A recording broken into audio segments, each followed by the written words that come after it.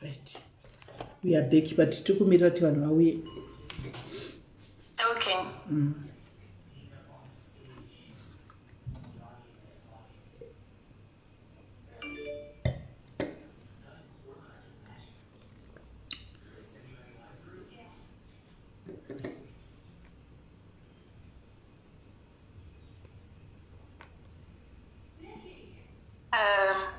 Edona.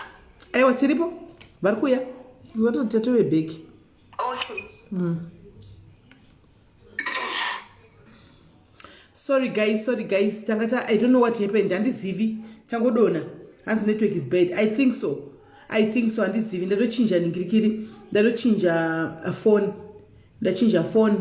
Ndikati let's see kuti imwe phone inoita sei tachinja zvakare. Right. Moven uya. Right. Saka enderai mberi. And then vazvaita sei?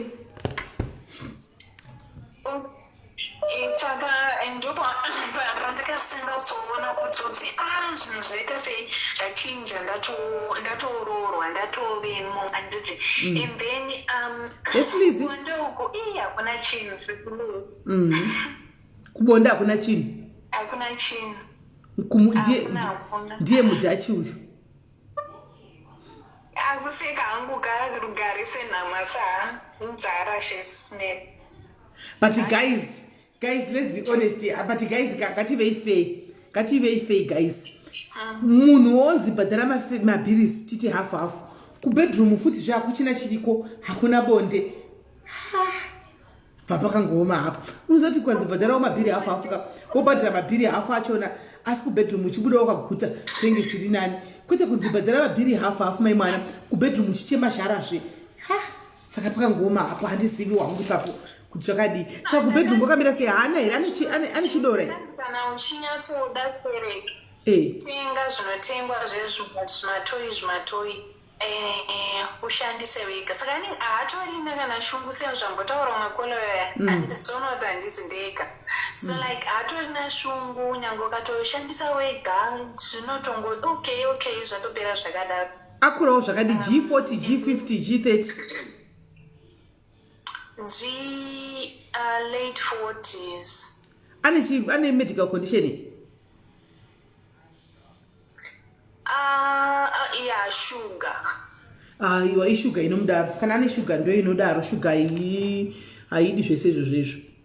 And there's nothing that you can do. Ndongonzwa wamwe achida kuti kwai sugar panyaya dzebonde idzi haikurumidzi inongoita loose. So I hear from people talking. Yeah, so anaimbobvunzawo vamwe kumba zvikanzi manje unonamata kushandisa zvinhu izvozvo manje uri kutotadzira Mwari saka unenge wozoshaya kuti wodii manje because yako ndo inonzi suffer continue munina kuti you have to make sure kuti pamwedzi une 1.5 US yemabills uku kubonde uku uri wakuzvionera because kuna baba havana basa nazvo saka uku vabereki zve semufanana havadi kukuona saka isuffer continue kai Smell, but ndo yacho unenge uchidopla unenge wakufunga manje kuti ndikazotanga muzi yanzi unenge ungotanga kutaura inonzi chi zvinhu zvisina basa ungobvunza zvinhu zvebonde zvaunogona kugadzirisa wega akanditi dzokera kwasadza izvozvo manje zvaunenge wakufunga semunhu kuti zviri nani ndigare zvangu saka kana uchitiwo kugadzirisa wega kauchiti kugadzirisa wega unorevei kola unogadzirisa wega chirudzii kubonyora saka munotorarama nezvo zvekubonyora kotoni ndo zviripo saka wadi kungotenga kwaiwo matoi iwayo ndakanzi mafriends angu hazvina umwari mukati zvematoi asi zvekubonyora ndo zvakai zvine umwari akungobvunzawo hangu vakati zvina nokubonyera ko zvematoi hazvina umwari kubonyera ndo kune umwari handizi kuti zvakatanyatsa kungonyoka mubebere asi zvekubonyora ndo zvakatodza zvina umwari ndo zvatinoita mafriends angu hatozivi kuti ndo zvatinoita ungazoudza vanhu kuti ndo zvaunoita here Sis Melly hazvizoiti kuti udze mafriends ako ndo zvandotoita une mapepa remember kuno kueurope munhu wese ari kutomuda ukamurungu handiti uzokamwana wawana tsamba dzekugara kuno saka uzoziva kuti anokutorera ndiani. Saka wave nadzo here tsamba? Unenge inini zvangu zvakaita ndokuzofu vana. Alright. Saka kuri kuti wazosiya apa murungu anenge uchinipa mapepa angu bheki? Anotora mana ndopane nyaya. Hey. Ndozvandotya hangu mwana vangu ishi saka unenge utongounoutoti hazviri nani different iripo hangu nenzara iyoyo bara zvangu asi ndichiona chii vana vangu and zvinoita kuzombosvika everyday here Sis Melly. Hey. Ya uri panguva yakaoma munina ya but for example ndachida kungobvunzwa hangu vamwe masisters vamwe vakamboroorwawo handiti for example iwe iyi yekuti vabereki vemunhu vanenge vasingakufariri kana shamwari dzake hadzikufariri ungazviitawo sei because vanotaura ka zvese zvamunoita kana madecisions ayambotaurwa Sis Melly you know anotanga anovhunza mai vake kuti anditi zvakati saka iculture yavo here kuti anovhunza mai vake ndo vanoaprova zvinhu izvi vanotaura varungu havana secret Sis Melly vanotaura zvese zvekutoti days zvaindishoka kuti ari kunoudza mai zvafamba sei zvavo ivo munototi makagara kana for example hanzvadzi yake takatogara tichitodya ototanga kutaura kuti murume wake akadai havatombonyari zvese zvinongonzi bvu kana kuti murume wake ari kuita zviri kumubhuwa anotaura zvese pachena saka inini semunhu akabvuka kwazvaitwa secret muziva zvinongonzi dzemumba dzinongotongerwa mumba. It was a shock for me kuti exactly but izvi zvanotovaudza hanzvadzi yake anotofoonawo kuhanzvadzi yake kunoko handiti hanzvadzi yake inogara kufrance uko otofona azondidai kana kuti tadisaita kudai iwo majo kutoti hanzvadzi yako ari kukuudza izvozvo about murume wake zvikanzi ndo zvaanondiudza I do the same naye about iwewe shit achitokuudza pafeya kwavari it's not a secret Sis Melly kwatiri isusu it's a shock I know but kwavari iwo zvinhu zvavatojaira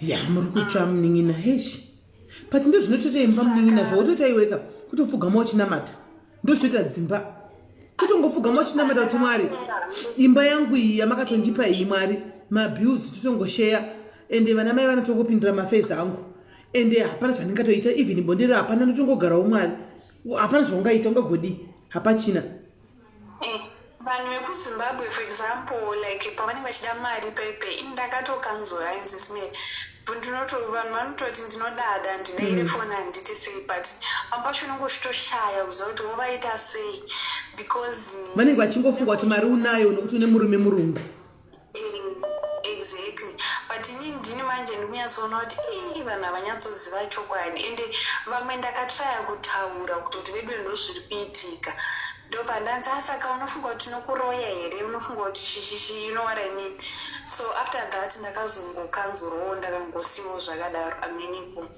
because handamboti hangu vanhu vanondiroya but I was just like ndo situation yandinayo chandinayo I feel for you my sister Sis Melly but for example izvozvo nyangawo kungoti ganingogarira vana kondoita sei plus futi ukafunga nhamo iri kwasadza uko kudzorerwa kwasadza ko anokudzosera kwasadza seiko anokudzosera kwasadza sei ukanotsvaga pakapo kugara nokutevera chichibva here enda kuZimbabwe anokuripota handidzosere zvake but akanditorera vana ndopandinotya Sis Melly kutorerwa vana vangu because kunoko vane right iyoyo yandigura we tinabasa nazvo because for example unokwanisa kuenda kuchikoro wozvidzidzisa wozviita zvese kunenge zviri free handiti but iyo iyi yekuti vana manje pavana pasisine ndo pane nyaya yese kwandiri hangu personal une vana vangani vacho takatonoita in vitro futi 2 wosa wakaita inonzi in vitro inoichi kuti ukwanise kuita mumwe mwana IVF. Oh, shame. Hey, I feel for you, Kola. Chana, any advice? Taurako. Saka nyaya yacho iripo but manje kuti uzotsanangurira vanhu izvozvo avazviwisisi ndomara vana vambozvinzwisisi but ndo zviripo and vamweni vako kuti ndozvawakada you know what you went but tutaura chokwadi sezvandokukudzai zvimwe zvacho unozoita find out wagara nemunhu kuti kondo zvauri you know what I mean but pese apa anenge achikurakidzawo rimwe side rausingaitopei raunofarira and then uzopinda wakutanga kuona kuti wondo zvazviri you know shame I feel for you my sister but unozati ingoramba just to protect ako handizivi decision ndeyako but kana wati iwewe saka pamakaita IVF iyi makaita hafu futi aiwa inobhadharwa neinsurance kind health insurance alright alright my sister chanengangokuadvisa ndichongoti kakutongoshinga kunamata nokuti ndingati kudi ndatoperegwawo apa asi I feel for you dei achinzi pabonda nokugutsa waingoti kuseni wakamboona kuti kana ukanyima bonde muningina unofuma kuseni wakatsamba unenge uchingori mamudhe kungomudhura so ndombozviita nditi ekuti unofuma kuseni wangu uchingomudhura wangotsamba samabhosi unenge usina kupiwa zvaunofana kuti upiwe woti kugara une mamudzo bonde ausikuriwana wonzi mabills hafu woti vana vamwe nekukuvenga wotizve mva zvakangoma hazvo zvakangoma hazvo yo yakura kuchingoshingawo ichitenga matoys iwe uchingozvifidhako nematoys emagetsi waya hanzi nevamwe uri kunyika ipi we need to help you if you don't mind ndinovapindura kuma-inboxes ndikuona palive alright no problem then you go to their inboxes and respond you never know unogona kubatsirikana you never know okay but ndi kuNetherlands vanenge vazo Netherlands alright vari ari kuNetherlands vedu we mujere vasikana iri ndo rinonzi jere inangu iri ndo rinonzi jere guys kana ndimiwo vedu enzura yesister tsitsi yasikana mabhiri hafu vamwene havana vati zvakavadi kuona anonyewa nefamily kwai zviri normal kuvarungu no problem bonde nikisi hakuna ari kufa nenzara vedu we hama mamunzwa hama dzakakatobloka because vanenge vasingazivika zviri kuitika vanenge vachiti kukumbirwa mari yeschool fees kuna sisi vedu vari kudiaspora vanenge sisi vabloka because mari haisi kubalansa ava kubudisa maybe 1.5 yake emabills animazviona abudisa 1.5 yake emabills uku kuvanenge vachidawo mari saka panenge pakatooma iri jere pano pasiri guys chikuru bichaya chikurarama masikana right anyway uri kuona macomments amari kuti uya kuinbox kola titaura ari kuinbox please go to their inboxes you never know vamwe havadi kutaurawo palive but vanogona kubatsira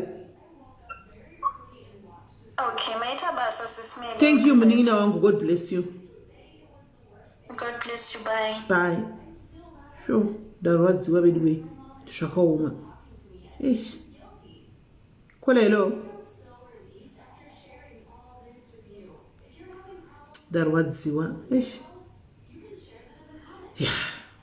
but she sounds like a good munhu though katimaona kaitinzwa vamwe kola hello muri sei kola I want to talk sister vakutaura iyo zvinozvavo yeah because it really pains hello Sis Melly hello Sis Melly hello tukunzwai okay it really pains to hear kuti we've got fellow sisters around us yeah vari kutosha kutorerwa vana it's not true baby hakuna munhu anokutorera vana because you have left his house, and akuna munhu anokudzosera kuZimbabwe because you have divorced that guy. Tiriko kuno kushamwari, titori panext door newe. Usatombonyeperwa zvako kutotadza kutorarama upenyu hwako. Musatore varungu ava seveganda. Anditi, there is nothing like that in Germany, there's nothing like that in Austria, there's nothing like that in Switzerland. We are around here. Autorerwe vana because waramba murume and aubviswe audzosero. You are not going to be deported as long as you've got the German kids or as long as you've got the Austrian kids. Don't tell more people. So what I'll do, Sis Melly, is I will definitely maybe send my Facebook thing, and we have to talk to our sister not to stay at Chingochka Shakadaro. It's really painful to know that we've got sisters who are in pain here. And 50-50 thank you. Because they ask because I've been here 24 good years. My sister is here close to me, I think about 10 kilometers away from here. She stayed, I mean,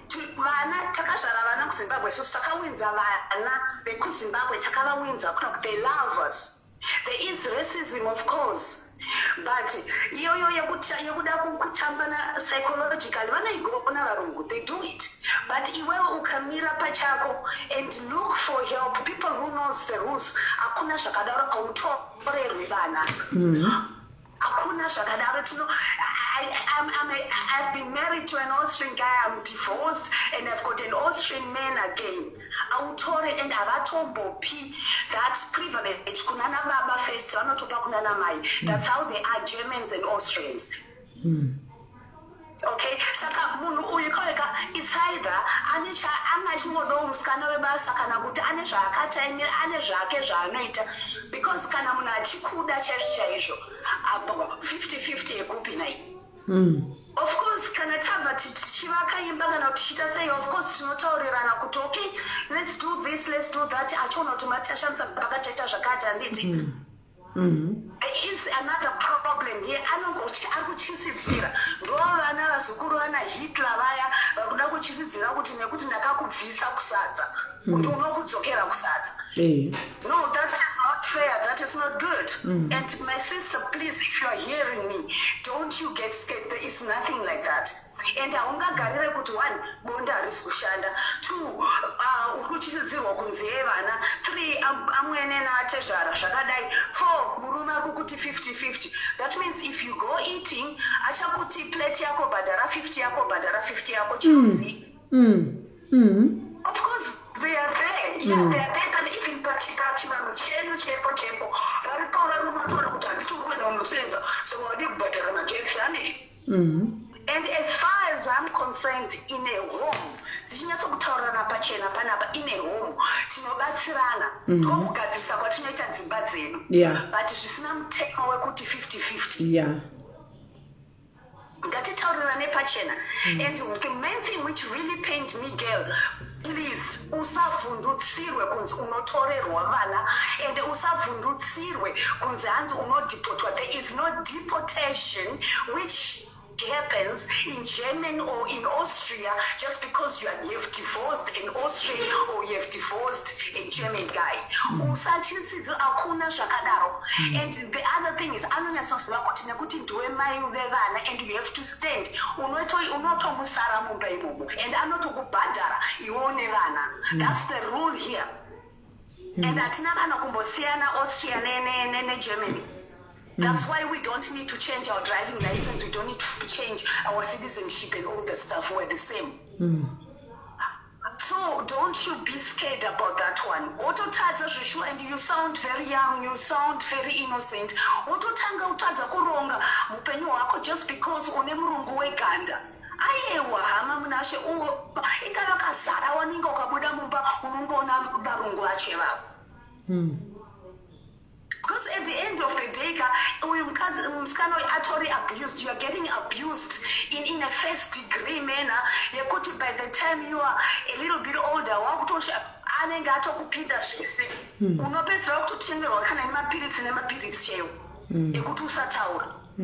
so let's let's not be like that.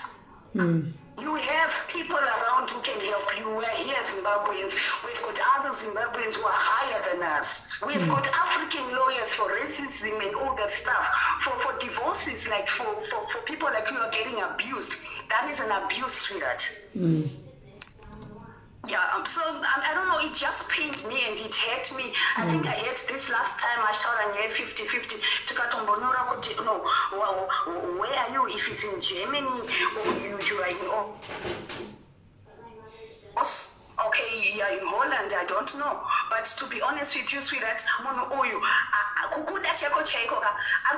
maybe you clean too much. Maybe you do. I mean, you not too much. Because by the time you're not on the mirror, and you got 50-50 magets, and because at the end of the day, just a quarter magets because because I'm so magets.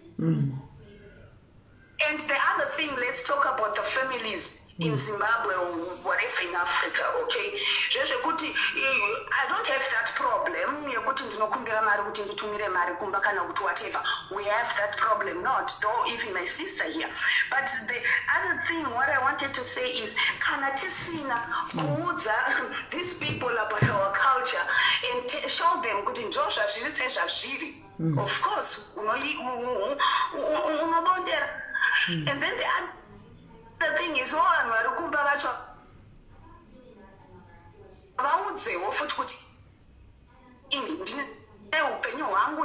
have to take care of myself because at the end of the day, my WhatsApp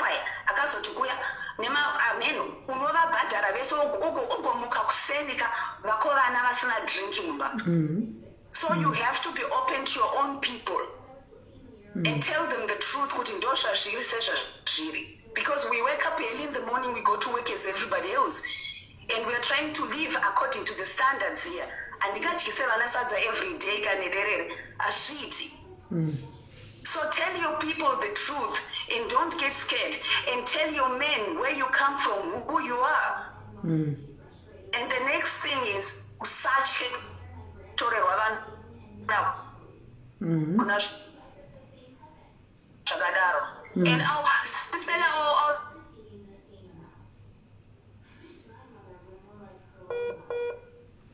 network abadona network. Well guys, isati zivedu tutongodzidzawo panapa titonzwa machitaura isati toziviwo zvinoitika kunze uku hatitoziviwo ikwako kuno kuafrica taingoti ainda kumaintenance iwe hanomona inda kumaintenance kola iwe ende zvakezvo hanomona plus kuno kana zvikanyanya kuneziva chako kuno kuafrica kumusha kwedu ku zvotoaramba nevana munongoshandisa njambanja wotora vana vako njambanja cheche kuno kuafrica inoshanda wotora vana saka ikoko zvokumanetherlands isati zvisivi rikaitinzwe vambo kola. Hello, taswera maswera sei? Share power after that sister for hours in Netherlands. Zvinotongopedza power so. Inini ndiri ndakarorwa nemurungu. Zvandakaroorwa nemurungu inini ndakunanavira kuenda kuma60s. Iye ari ma70s. Problem yedu yatinayo, one very big problem. Pamba panapa. Kuti ini ndinoda kugara pafoni sterect, ndogara pafoni zviya zvekugara pafoni. Phone is my life. Iye anenge achida kuti tigare tione TV, tichiona maprograms aeworld war 2 ana maprograms ekudhara aya ndo anenge achida. Saka ndiyo problem yatinayo yefoni pamba panapa, tinoita kurwira foni. Zvimwe zvandanzwa zviri kutaurwa zvana 50-50, I don't think ndatotanga kuzvinzwa zvana 50-50 kuti kune varungu vanoita zvana 50-50 ndandisingatozviziviwo. Inini nangu I've been blessed other than problem yangu yefikiyo. I've been blessed and let me say this before I go on. Inini with my husband, because we are all now of a certain age.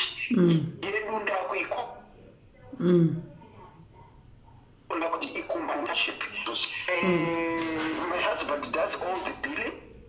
At the moment I'm sat at home, I'm not going to work. He pays all the bills, he buys all the food. He knows kuti ndine vana 2 vandakasiya kuAfrica. And he is responsible for those children. Nhamo yangu yakambotanga iri pakuti havanyanyo recognize my extended family. My late sister's son.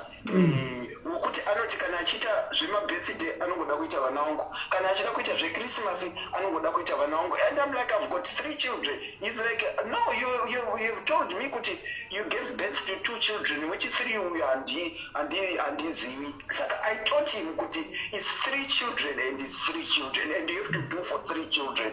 He understood that and now he is doing it. Saka wangu nekuti pamukukura here handizivi. What I say goes. Hai makatobata zvimudhara. Imakatobata mudhara wenyu nai munototi jump okunza kuti ho hard. Moti 5 meters hard or jump. Moti sleep. Oti why should I sleep? Moti sleep there. He is a very loving somebody. I think munhu kana achinyatsokuda nemoyo wese Sis Melly anotya kukuluza because most of the times I don't know what I would do without you. I don't know what I would do without you. Ndo pandiri inini panapa. My mom got sick in 2016. I went all the way to Zimbabwe, courtesy of him, to go and pick up my mom and to bring her back to have an operation here. You pay cash up front. We split with my siblings. With my one weight operation, he paid for my half. He played his part. So what I say goes, because if he doesn't, very, very, very low. As a problem, my phone is come film akudara.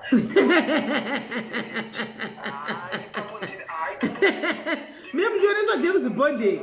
Munoneswa James Bond here kana kuti Falcon Crest munoneswa wapi mi akudara kune mafilm akudara ane Last of the Summer.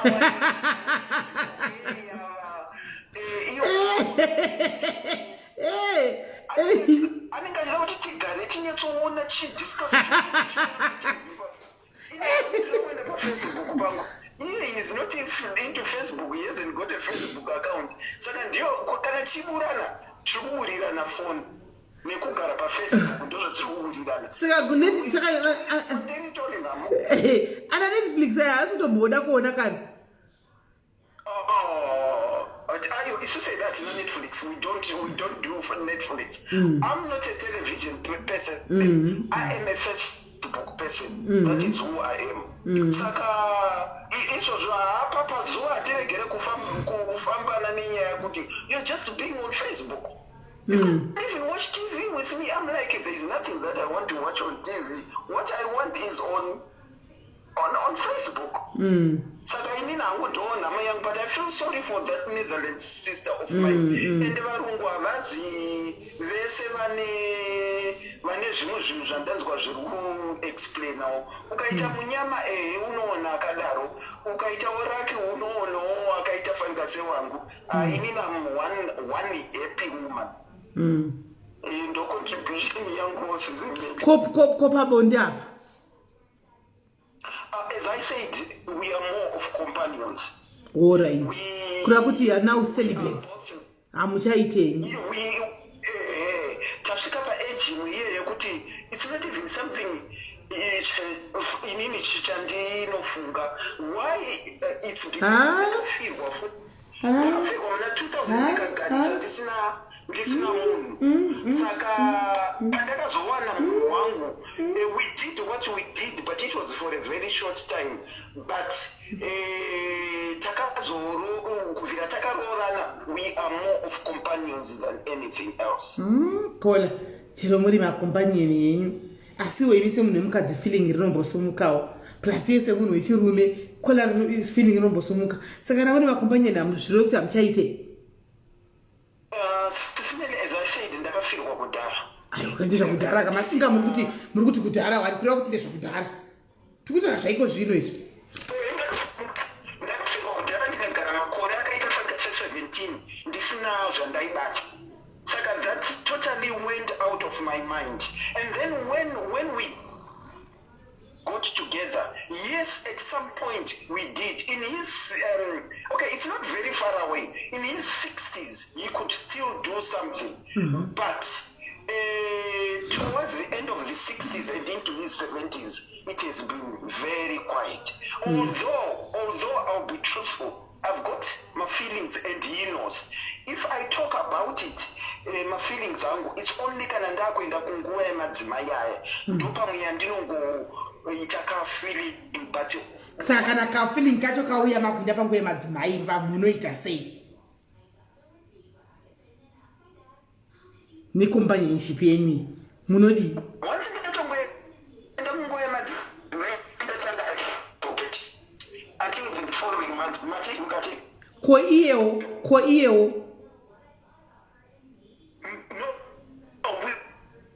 we have talked about it. He is reached a stage he can't anymore. Munhu ane sugar number 1.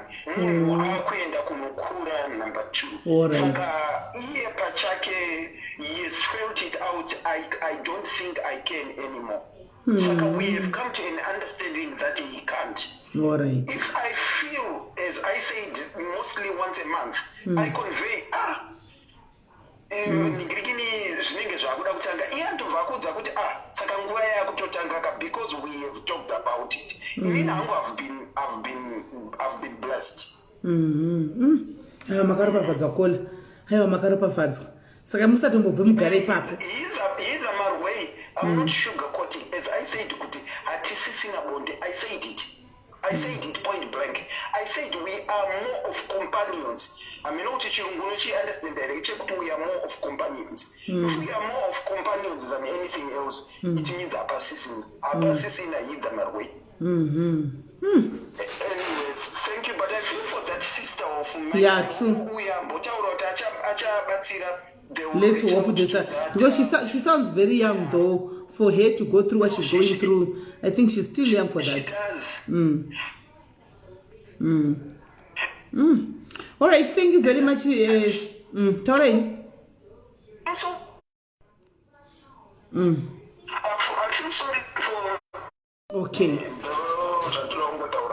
All right, thank you very much. Cool. All right.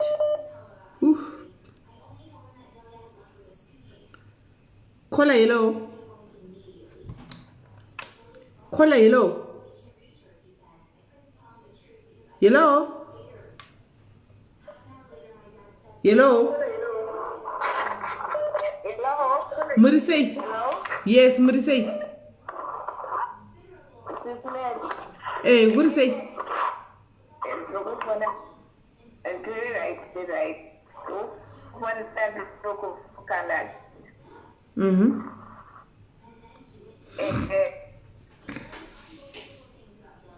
Yes, Torin.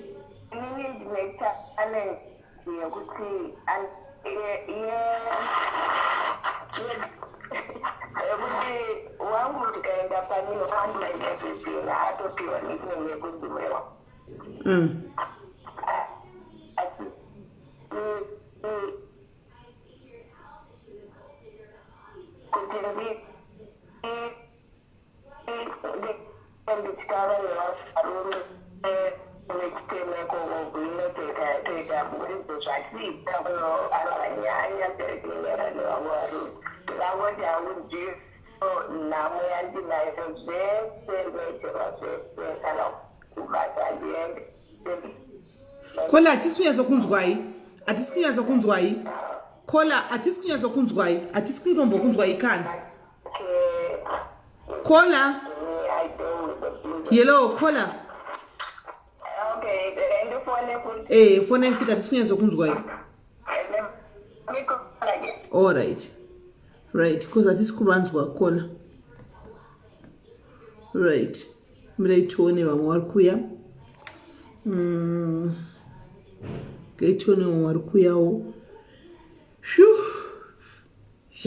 saka muri kudzidza anetika muri kudzidza vanhu vari kuno kuafrica kuti musangokumbira mari mukaona makumbiro mukanzi hatina understandai kuti probably maybe your relative is in one of those situations dzekuti vanenge vachinzi chi 50-50 pazvinhu saka takudza kuti mari kwezvino izvi hazvisi kubatana because ndabhadhara mabills munogona sazvinzwisisa but take this as a learning curve pari kutaurwa apa zvizvi kutaurwa izvi batirirai mubatisise ipapo antika kana munhu akatichanga muchanga makangwara anobatirira ipapo pane zvinhu zvekutaurwa izvi handiti ndizvo kola hello muri sei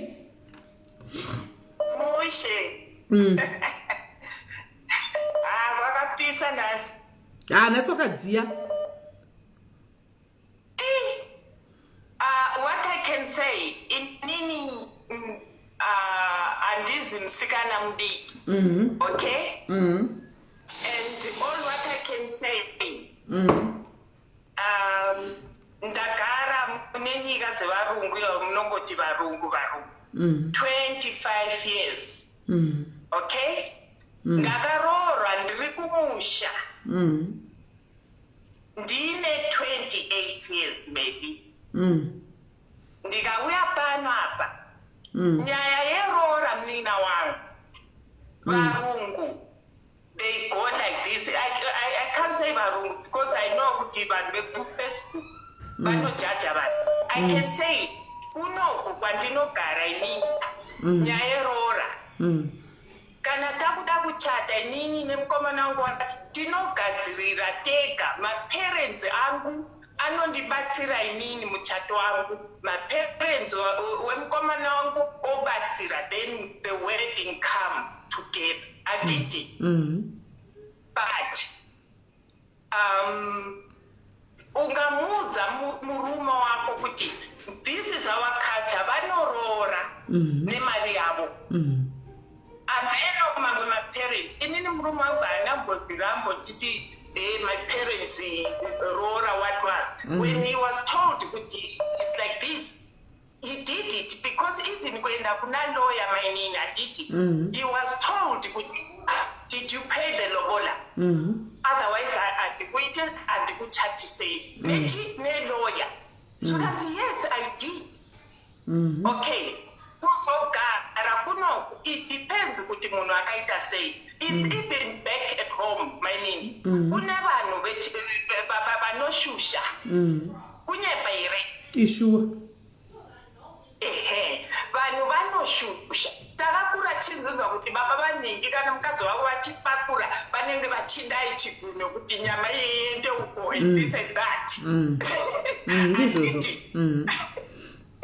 So I think it's something like that. Munhu munina wangu aganda, it doesn't matter. Yeah. And then ndikataurira kuti nini ndakarera vana behama dzangu 6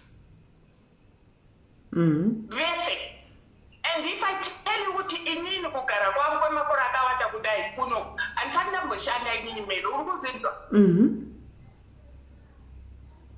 But zvese zvakaitiwa kumusha kwangu zvakaitiwa kubva kune home yemurume chinhu chinenzi futeki munyikini handichizivi. I'm not talking about mbama. Futeki handimuzive. And I've got witness vakanditerera pano apa vasikana vanogara kuno. They know how I live. That's why I'm saying you vanina vangu whatever doesn't matter kuti kala ipi munhu unenge usina ngo what you say usina ngo. I believe kuti sometimes people to come together munenge masanganiswa nema angels. Yeah. Sometimes it won't be yours askari kuti zvinhu zvisafambe. This is what I wanted to kutaura kuti aiwa musanyanye kushora zvinhu zviri both sides. Chero rumbi zviriko zviriko. We all know three ma-Africans acho chibva ikoko tinoziziva kuti kune varume vechibhoyi asikana kuona chaivo. Right. Abanye sebayakhuluma laphana bathi ungakhuluma ngesindebele vele. We are not a racist group. So if you can speak Shona wena mawuwazi ukukhuluma isishona kuthi ukuthi nathi amashona kumele sifunde ukukhuluma isindebele futhi ibalance wabona. Hayi mina lokho angikungeni lokho ngoba mina ngeke ukuthi ngiyakwanisa ukukhuluma izihlobo zethu zeZimbabwe eziqhakathekileyo. Yebo. Ngoba mina ngivela khona ngale lo wagwebo. Yebo. Yebo. So ngiyakhuluma konke. Hayi vele. Ilo wagwero iseduze vele ngasegwero. So laphana igwero vele kugcwele bona naselo wagwero vele bagcwele bona amashona bagcwele bona amandebele vele. Kuthi ku mix laphana kuhlangane vele laphana. Vele thina ngale sikhuluma zonke ihloko. Hayi ngiyenza nje ngakade ngikhuluma ukutsho vele ukuthi mawuyi comfortable vele ukukhuluma ngesindebele ungasabi because wena vele njengendebele uyazama kahle ukuthi ukhuluma isishona nathi vele nje kumele sizame kahle ukuthi sikhulume naso isindebele ukuthi sikwazi ukubalansa i-ratio yakhona uyabona singabi ukuthi le platform nje ayikhulunywa ishona nje kuphela no kumele sihlanganise sidobhadobhe sihlanganise sifunde lawo amalimi wonke vele. Lokho kukuwe-ke mna wami wona ngoba ngumnikazi weplatform mina ngimuntu ohloniphayo angifiki bese ngena emzini wakho esesiwena Melly.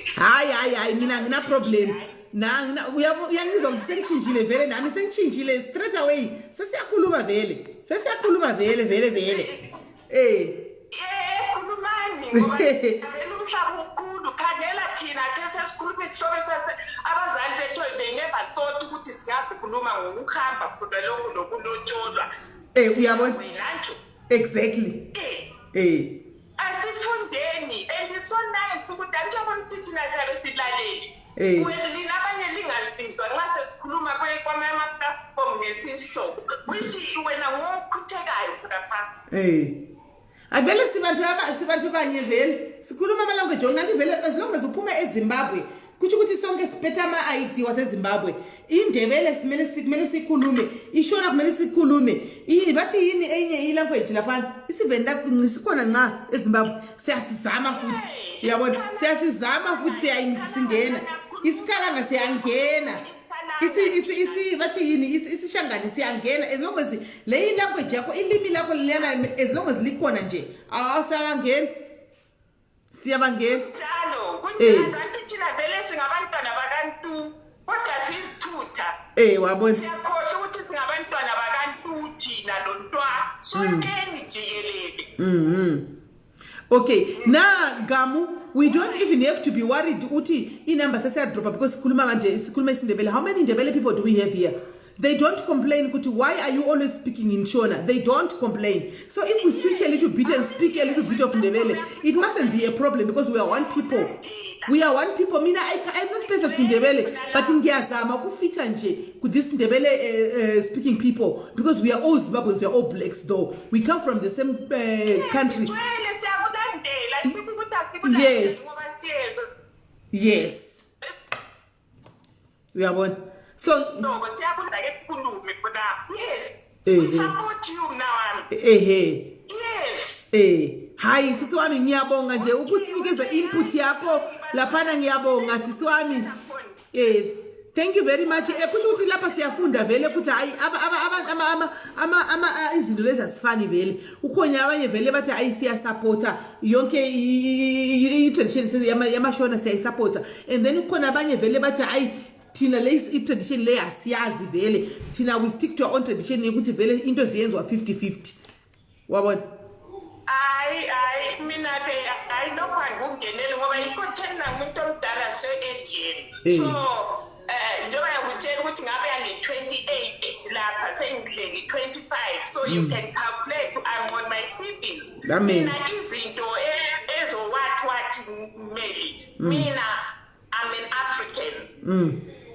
Kade ngifuna ukulichasela khona ukuthi hayi banawami it's not about ukuthi imhlobo le yamakhiwa kwathi uyafana umuntu ngumuntu hlangana lo muntu okuhlukuluzayo ekhaya kuyafana ikwade ngifuna ukulicasisela ukuthi lingathethi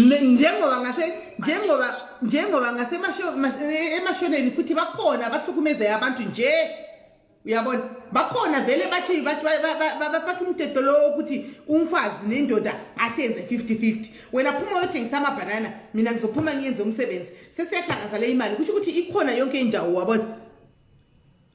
Yes, because it when I grew up ekhaya it was sikwazi ukuthi ubaba kabani nxa umama kaMeli sephakululo ubaba kaMeli uzabe hleze lokho esithi sifaka that piece the other side athi wamadoda okuthiwa izikwaba you yes wow, thank you very much my sister. Wendina lithandana lejaha lakho uyefika emzini wejaha wangibo kwejaha lakho umamazala lo babazala kumbosisi bakuzonde uyafana umuntu ngumuntu banawami ngiyabonga sisi wami ngiyabonga, thank you very much, bye bye. Right, mashinza guys anza zvinabasa kuti munhu kupi zviriko kwese is all over kuti munhu mundevere kana kuti munhu murungu kana kuti munhu mushona izvi zviri kwese, so vele ikona yonke indawo asisi kuti kwai zviri kuvarungu chete hanzi munhu ikhala chete yakasiyana asi zvinhu zviri kupi zviri kwese ndozvitaurwa nacollege handitika. Right, do we have hanzi this vele anti vele ngiyafunda vele anti so I'm getting there. Right, do we have anybody who wants to contribute something guys? Because now 8 o'clock we need to give a little bit ourselves a little bit of time so that we breathe a little bit, because now 8 kuri kuyave dating tinoda kuona kuna na budi vari lined up for kutsvaga vakadzi antika kuna na budi vari lined up for kutsvaga mapartners anditika. So is there anybody who wants to contribute anything? But guys mashinzwira hanzi dependa ne vanhu kuti ndeve kuti kupita wana panapa vanhu vakasiyana mwachitaura hanzi izvo inini ndinonzibhadhara 50-50 zvese apa bonde hapana. Koita vamwe vati aiwa isusu takatsanangurira varume vedu chipinda marriage kuti kwedu kune chinhu chinonzoroora zvinhu zvinobviswa so andika zvikaitika vane machallenges maybe ana vamwene kana machallenges ekuti munhu anotaura shona handimaona echizati murungu wake haasi kunzwa chishona ndo machallenges ati abuda panapa andika. Poitawo machallenges abudawo ekuti sometimes maybe varume pabonde apa havana interest nazvo vechirungu avadi, asi mune imwe dzimwe tsvakiridzo tawana kuti vamwe vacho imedical condition andika iri kuita kuti vadaro anditi. So guys ndo zvinhu zvatawana muzada zvakakosha titaure matopics aya. Can I call with my white by yes or yes? Yes you can call. Yes you can call. Yes, thank you. Okay, Dashes, thank you, Mandlamini. You are very much welcome. Guys, panapa platform azvinabasa kuti munhu afona akatakautaura chindevere akangofona shara zvechindevere chete indongopindura nendevere because munhu mundevere anditi anotaura nelanguage ari comfortable. Ndosaka muchinza ishara kuti inini chirungu chinonzi international language anditi but ndokudza kuti chirungu handichidi ena handichifarira handichigoni ndochitaura zvokumanikidzira noti kuti handichinyatsa kuchigona chirungu ndinochigona asi handingouzati kunyatsa kuexplaina cheko cheko nechirungu zvotinetsei handimaona kunyatsa kuexplaina point yako chaicheko kunyatsa tinyatsa kubuda kuti dyo nechirungu zvinotinetsei handimaona saka ndichapesera kuti ai chirungu chandinetsai niunzaitaure ndichi neshona handimaona asi munhu akataura ushandisire zamawo ndochizamawo so that we accommodate everybody andika. This is a national platform andika. This is a platform for everyone. This is a TV, a Zimbabwean TV whereby we totaura zviripo ndozvatinoita timhanyire kuti shona chete andika. We try and accommodate everybody because we are one people, right? We are one people, we are sisters here, right? So this one is calling bafona ndikufona nayo haiti and we must all learn all languages. True, very true. Ngiyavumelana nawe lapha antowana. Right, so do we have somebody else who wants to call akaroora murungu? Varume, where are you? Tawana murume wanataura nyaya experience yake yeuchapa nemunhu wanga achidanana naye. Ko vamwe varume vakaroora varungu musanyare. Indakaudzwa nechamwari yangu murume ari pano akati mukadzi wangu kumba kubonde after 6 months kana awa kuti iye ndo paanoda ndo paanouya, otherwise vamwe pese apa totorara separate bedrooms but tinenge tingoti mutiri murume nemukadzi. Saka zvinoshanda here izvozvo? Hanzi yanoti answering no either. ari kufona pafoni yandiri kushandisa kuita live namba ndandakapina pasasapa vari kufona pafoni saka ndiri kudropa because ndikangodaira live inobva yakata vari kufona parong number ava vari kufona parong number saka ndiri kuvakata let me pin again number dzavanofona because vari kufona parong number gaindise number muri kufona parong number guys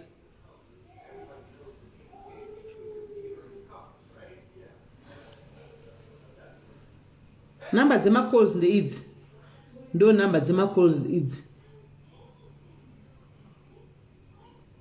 ndo number dzemacalls idzi number dzemacalls dzandakapinapo number dzakapinwapo ndo number dzemacalls number dzakapinwapo ndo number dzemacalls number dzandakapinapo ndo number dzemacalls number dzandakapinapo ndo number dzemacalls dzandakapina apo ndo number ndapina guys. I'm only going to take 3 callers and then we are off because we need to give space for a dating site ilikuya na 8. So already it's 9 after 7 pasara ma minutes approximately 51 minutes kuti dating site dating game ipinde antika ve soul searching vapinde vachitsvaga vakadzi vavo. Namba ndakapina Robin iyo namba ivari kufona 1 afa kola hello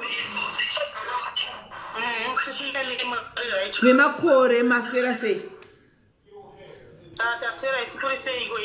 kwedu kunopisa chete kunokuri sei kwenyu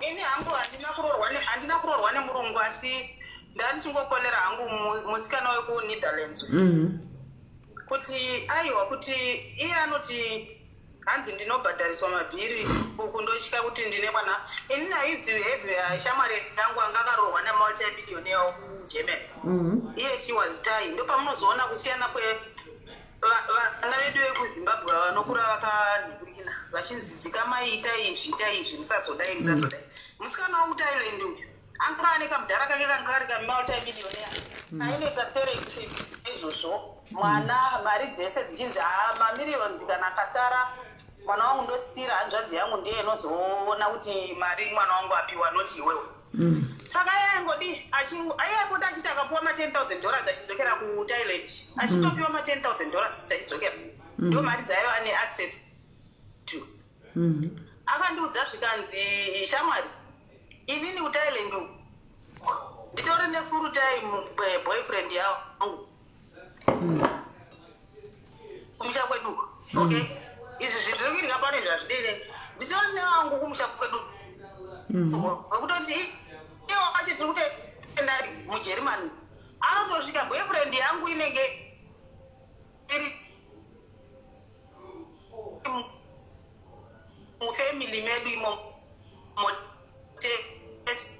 setakagara tinenge tichogara saka ndopanda ndichingoda hapo akagani matoya akarambidzwa ndeyepasatani nebonyera raanoswera achizviitira egesvi nditamusha kwakomutsvaga munhu wokwaku obva wangoti inini kumusha ndoda kupangwa waenda unoona ana mai everyday ndinotoenda kumusha unoona ana mai kana kazeni yacho kana uri wenjereka inotogona kutouya kunetherlands kutoti kazeni uyu takakura tese akachengetwa kumba kwedu unotogona uya kwanetherlands motogara meseko naye mumba make handiti iye anotiti ndiye akangwara uchabhuswa vana mai vake vanokuita disrespect kazeni otouya ndinochengeta kazeni uyu ndii ndakamurera akarerwa namai yangu saka tiparadzani inini nekazeni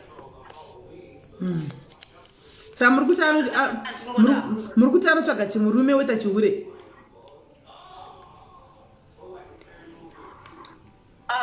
saka wakagari hachizi chihure zvechi handiti marriage nyangwe akaenda kwapopu izvozvi kana ari mukatholika indiri mukatholika kana ari mukatholika akatoenda kwapopuka anotopuwa announcement kuti panotori nechimwe chinhu chitori missing marriage iwe inotoabvumidzwa kuanaliwa akatopuwa permission yekudivhosa okay ya ndandangoti ko kana akazobatwa iye nekazeni akazobatwa iye nekazeni odii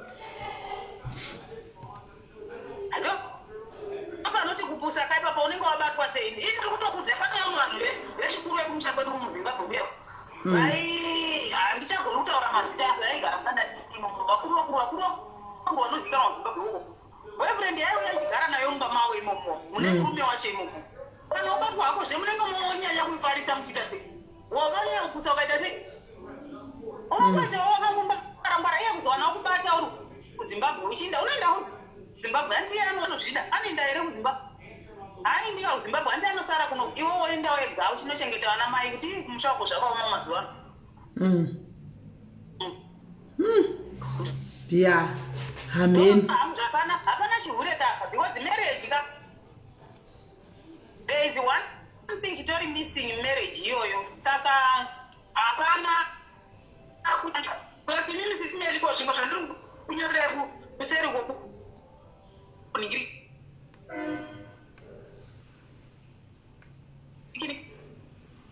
kwangu kukone mhaka yemusinga kupi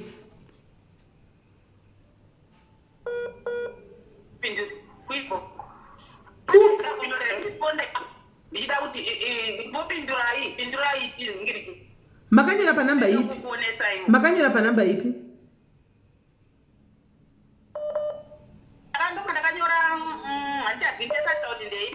kana makanyira panamba yamuri kufona iyoyoka and aisitombori ndoshandisa ndichingopedza life ndobva ndatoidzima ifoni yekufona macalls palive chat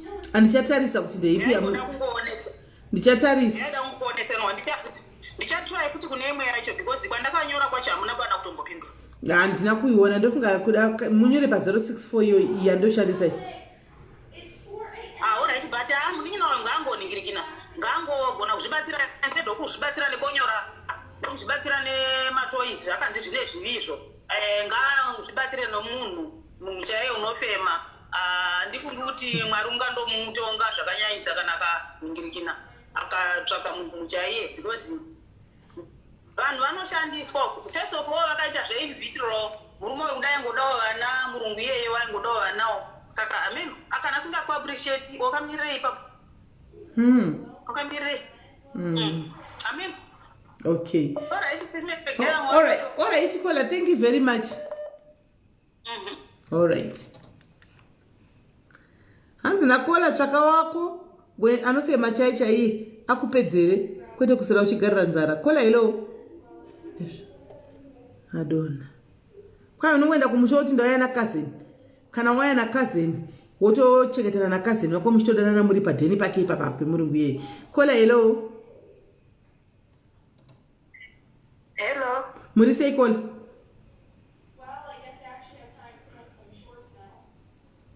muri sei kola abvawo yanofurira vanhu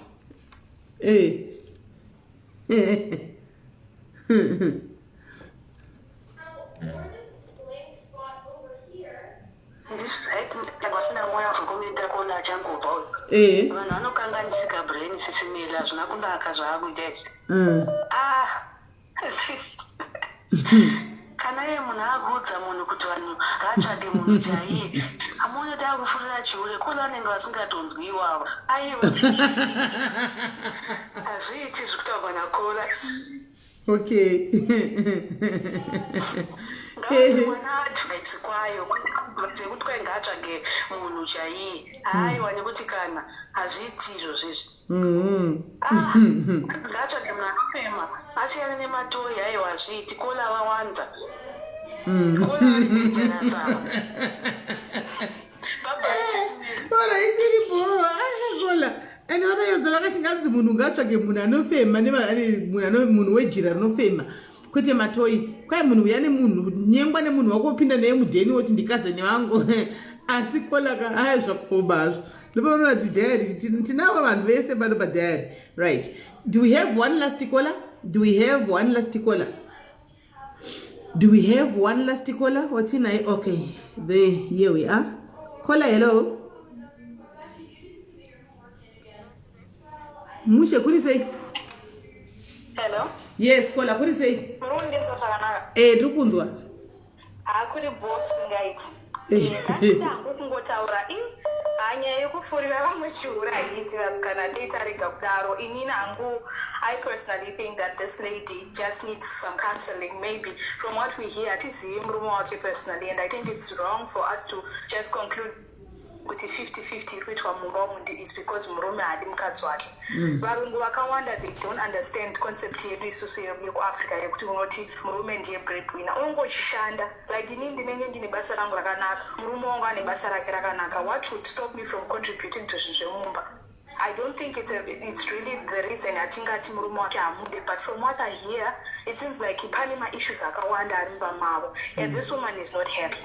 And for the fact yekuti hasi happy asiyana nazvo zvekuti akutaura kuti andidogarira vana vanondotorwa vaya nemurume hakutoreri vana mueurope. Mueurope mutemo unototaura kuti iulo chaiyo inototaura kuti mai vemwana Sis Melly kunoko kugermany ka inini ndikatsvaga surrogate wangu akandizvarira mwana. Let's say I've got fertility issues and then I go to court one day ndonoti ndikuda mwana handikwanisi kumutora mwana iye because surrogate wangu ndiye akatakura nhumbu 9 months. Alright. Even though ndichiti mwana ndewangu muridzi wemwana munhu akatakura nhumbu ndiye anotopiwa precedence over that man. Chero akashaya hapana hambofa akashaya lawyer, anowana lawyer anopiwa pro bono lawyer wanoenda naye kukoti haambofa akatorwa vana vaya.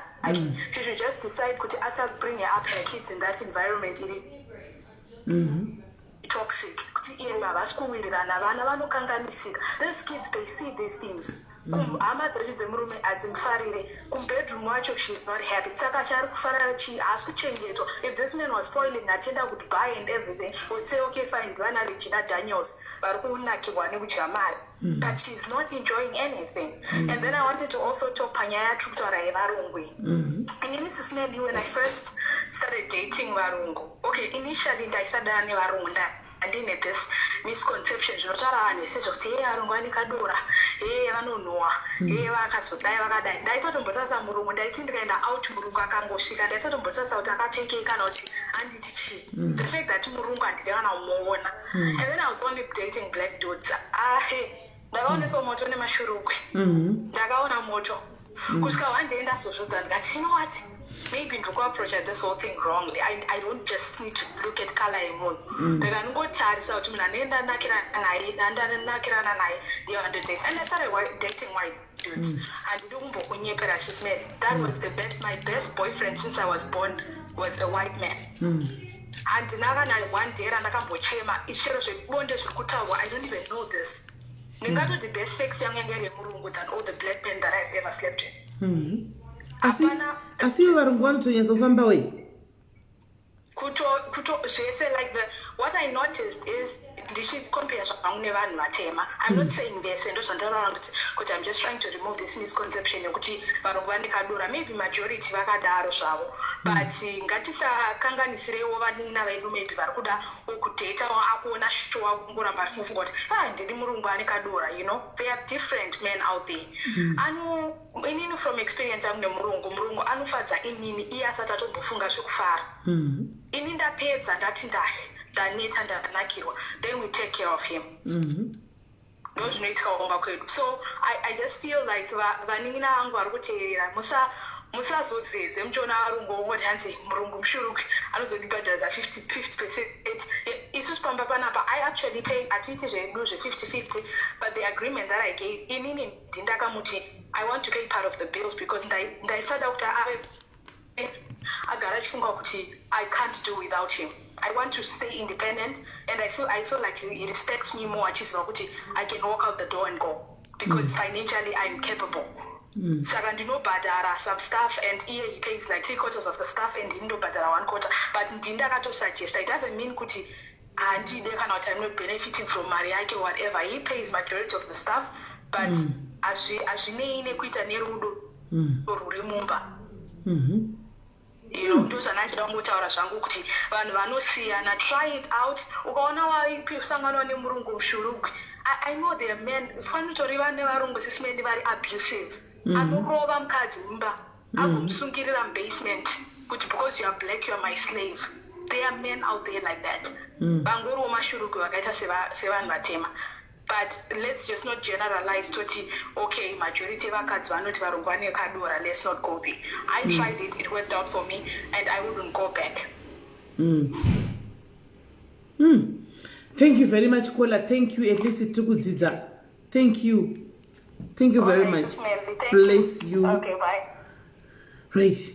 Guys, comment section mumaita vanhu kwakanaka here kuitika uko ava vanhu maiti Tanaka Moyo na Gerard chiri kuitika mucomment section mukadzi wake here pane zvaitika mino macomments ari kubuda umu kuti pane mai vakomenta zveboyfriend paita baba vaendapo vakanobomba hamene zviri kuitika mucomment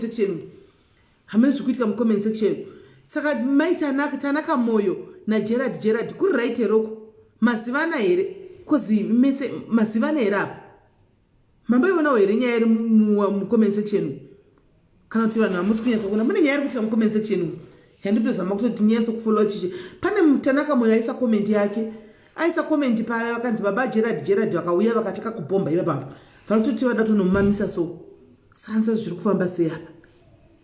Okay, so guys, there we go. That is the story yatanga tinayo nhasi kutetadzwa machallenges ari kusangana nevanhu handika, but I believe kuti machallenges asangana nevarungu aya we also have the same challenges kumazimbabwe kumanhu vechitema ariko kune varume vechitema machapa kana kuti vakadzi vechitema machapa as much as kune varume vakadzi vechirungu machapa kana kuti varume vechirunguwo machapa hanimaona kwoitawo varume vechirungu vechitema vanototi kune mukadzi bvisawo mari tibatsira nemba kwoitawo varume vechirungu vanongodaro saka I depend kuti I believe kuti zvinongodependa nevanhu hazvina basa kuti rudzi nekala zvazviya zvinongodependa handika. Guys, ndo nyaya tanga tinayo nhasi. Time yangu yafamba 25:07. You need time at least kana 30 minutes zokuti mubreathe kuchitanga imi chepeseni mukubvunza ichi chiri kuitika imimi ndimi muri mucomment section. Verengai mucomment section munhu anokuvadzwa sekuseka apa. Verengai mucomment section mune zviri kuitika mucomment section zvandatoona inini mune zviri kuitika mucomment section. Tarisai mucomment section mune zviri kuitika mucomment section imomo. Mune murume nemukadzi anenge vabazivana maghosta avo vakubvundirana mucomment section. Tarisai mucomment section. Matomira kuipa mucomment section. Right. Saka ndo nyaya tinayo guys, tanzwawo zvikuitika nditika saka vehama mukana masenderawo hama yenyu message mukati tokumbirawo mari akati handina chero singazivi reason chingozviudza chero even hakudaro 4 months dzakaterekedzana chingozvitora kuti maybe ndiyo yaya yekuti mwana wekwamai vangu ari kubhadhirawo mabhills kumba kwanogara. Musaisa munhu pressure kana kuisa pressure yekuti munobva mati ari kutinyima kana kuti akaramba kutisapota sehama. You don't know what somebody is going through until they tell you their side of the story. And you don't know what the other person is going through. Saka ngatirege kumanyira kuti kuabandona hama dzedu kuti atirasa azodai. So guys, that was the story tatinayo nhasi. Saka mune topic dzenyu idzi topic dzandiri kupiwa idzi nevamwe madiaspora kuti Sis Melly topic yakati ndo yanayo. Saka kana muripo mune topic dzenyuwo handika dzamuri kuda kuti mutibate panapa dzamunoziva kuti imi menyu you can't vamwe venyu handika because mabasa enyu and things like that. Kamera chedu dzinokunetsai handika. Saka mungondibata kuWhatsApp kwangu moya nenyaya yacho then toitaura kuWhatsApp ikoko handika. Right. Pana mai mukundi ve nice hair salon vapina pazasapo. She's the lady anoita mawigi esandinopfeka. Madiwigi avo 100% Brazilian, 100% Mongolian, 100% Indian hair handika. She ships everywhere. But iyi mai mukundi ndonasa kuti volume ishoma. Because apa I think yaifanga kuzara kudai yozara futi kumasuro kuti nyetso kudai handimona. Asi anyway mawigi avo 100% handimona human hair. Saka uri kuida human enda link pazasapo endai munotasa website yomuone. Go and follow that website muone. Kune website ese vane mawigi ese tab dzemawigi dziri papo ese sedli makuti mauya pano nhasi tatopedza isu handimona tatopedza takutoenda handika. Saka I believe kuti iyi ndofunga yaita volume shoma hanzi true nafelani. Saka I think yaita volume shoma chete yaida kuwanzwa volume kuti nyatsoti handimona. But it's a nice wig though handimona. Muri kunyatsona 100% chero kadima kills wakadi anongodzokera handitika. So yeah guys, kana pasina anything to say tobatana na 8 hanzi mirai kuenda vachiri kukakavadzana here ndionasa kuti wana ainda ini hanzi how much namuchina vanosiyana depending newigi muchina kune wigi dzakanaka ikoko kune wigi dzichaidzi dzekwete yandakapfeka iyi kune mastretcher yakasva kumagaro kwaya vai mwana anenge ane pamberi apa pekuti unoisa majeu uchididi kuti unenge vane mawigi akanaka muchina ingoenda pawebsite papini yandapina iyo pawebsite yandapina iyo unoona mawigi ariko endai munoona mawigi aripo endai munoona I think inoda more volume kuona kwandaita inini and from seeing my comments evanhu it needs full volume kuti inyatsodai so kana ine volume shoma kudai haibude zvakanaka ninonyatsoona kazhinji ndozati ndikangopfeka wigi ndichitengesa mawigi avo pana handishaye 3 customers or so but ndatobona umwe makazina chinditi Sis Melly wig boy here mucomment section ndikangoignore zvangu so I think mamkunti iyi kai inoda more volume zvino inini original yepisa ndizoiwana zvondoita ndichazotaura kuseti tiona tichingaita sei but guys just go there munotarisa mawig ariko mawig avo they are super. We need part 2 of this chirongwa chakachibvira nhasi. All right, no problem. Hanzi linka isi kuvhurika. Okay, Savannah Rose, thank you. I think she's here. Let me try and take her. Because those are talking about my business, my entrepreneurs.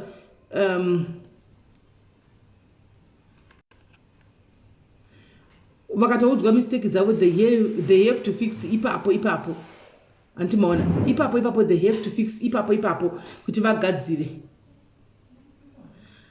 ari kupi makomenzi ava ndichamaonini hanzi vari kutipa vanangu kuna someone vari kupi hanzi na Winnie Man is opening ask Winnie Man wakamaona nditi you saw them right you saw them right but anima wig akanaka she's got beautiful wigs kungoti inini hangu personally ndinofarira kaita zvimakeuzi and what do chase yangu but ndichati ambondipa mamwe mazwig ave kukura ekusvika kumagara ambondipa muone kuti dzinenge dzakaita sei dzakanaka mawig avakanakisa chero kakama chero kadii chero kapisa inongodzokerera zvayanga iri antimaona. So yeah guys, and they are very reasonable considering kuti ma 100%. Saka let's go and support guys. Musakangana na 8 o'clock vanhu vari kunyengana. Fari kupi kona wacho? Fari pi kona wacho?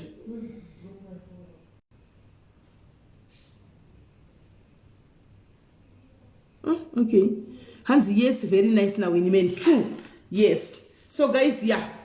Vari muwinter kuna na diaspora ndotema mawigi kai chero mukatenga iko zvino mukaisa ukupa muchapachapira lockdown munenge makuslayer nditi munenge makuslayer magogo slays munenge makuslayer makapfeka chi mawigi enyu muchivatadza ma20s ya kuti tiri magogo but tiri magogo anoslayer ane choice ane swag handitika. So guys, God bless you. Muramba muri pano tobatana zvakare muchirongwa chinotevera na 8 pasarigwa 29 minutes kuti pauye chirongwa chedating 29 minutes to go chirongwa chedating. Saka guys mumboona mvura tichitomoya nemagirasi enyu antika takabata magirasi edu aya ifriday ka tichiteerera zvedu tichiona zvedu vari kunyengana handitika. So Jane Mabande, no, she's not in Cape Town Stabile, she's in Joburg. She's not in Cape Town, she's in Joburg. She's in Sandton, Joburg. Vari ku Sandton ku Joburg. She's in Sandton ku Joburg. Anditika. So guys, ukangondibata ndokupa number yavo. Ukangondibata, I'll give them your number and then I'll give you his number. Then imotaura and then uona catalog uchuza zvaunoda. Andika. Bye guys. See you soon. Magogo. Tine group redu re Magogo kora tinaro. Okay, shout out to Christine Muchira. Christine Muchira, how are you, my sister? Love you, baby girl. Right, Magogo, tine group redire Magogo. Lekuti kana tisiri pa diary sinenge takatandara idikoko. Jane Mabande, tora i link iripa sasi.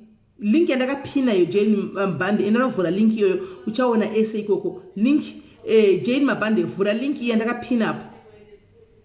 Hii inzwai. Hanzi ndikuchoka kuti kana kwa mo boys ndichengereyo. Ndichengereyo ngoma boys ndichengereyo ndripana mukoma boys ndine yandiri kutoda mukoma boys ndripana mukoma boys ndione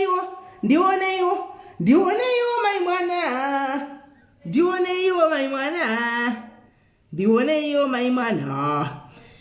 Right, kune mawigi akanaka kune mawigi akanaka, right, kune mawigi. Saka this vari kundibvunza nyaya yamukoma moboys kuinbox kwangu kuti tokumbira kujoina funeral police. I told you guys, kana as soon as it's launched, antika ndichakuudzai kuti zvalaunchwa. Anyway, izvo zvatinoita panapa tinoita chi pa live muchiona. Kana takulauncha this funeral ningirikiri funeral services antika whatever tinozvitira pano muchiona, and then vanoda kujoina mubva matouya motoka kutojoina chi master enyu antika. For now zvichiri mu process yekuti zvigadzirwe anditika zviri mu process ye paperwork yese iri mu process ichingopera chete, then I know mandinesa but very soon it's coming, don't worry anditika.